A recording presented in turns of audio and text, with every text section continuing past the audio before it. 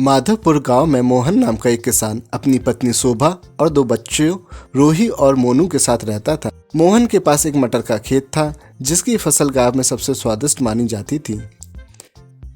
इस बार फसल बहुत अच्छी हुई थी। मोहन ने सोचा, इस बार कमाई से घर की मरम्मत कराऊंगा और बच्चों को अच्छे स्कूल में दाखिला दिलाऊंगा। लेकिन उसके पड़ोसी राजेश के खेत की फसल खराब हो गई। राजेश को लगा कि मोहन ने उसकी फसल खराब करने के लिए कुछ किया होगा। जलन में राजेश ने मोहन के गोदाम में आग लगा दी। मोहन की सारी फसल जल गई। मोहन दुखी हुआ, लेकिन उसने हार नहीं मानी। उसने भगवान से प्रार्थना की और अगले दिन खेत पर गया। वहां उसने देखा कि खेत फिर से हरी भरी होकर लहरा रही थी। मोहन ने देखा कि खेत में एक जादुई मटर खड़ी है जो बात कर रही है। मटर ने कहा, मैं तुम्हारी मदद के लिए आई हूँ। तुम्हारे अच्छे काम देखकर मैंने तुम्हारे खेत को फिर से हरा भरा कर दिया। मोहन ने जादुई मटर से कहा कि राजेश के खेत को भी उपजाऊ बना दो। राजेश यह देख रहा था। उसने अपनी गलती का एहसास हुआ और उसने मोहन से माफ़ी मांगी।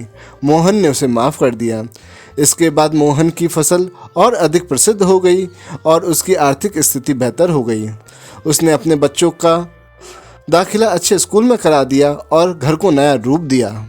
तो इस कहानी से हमें सीख मिलती है, कर भला तो हो भला।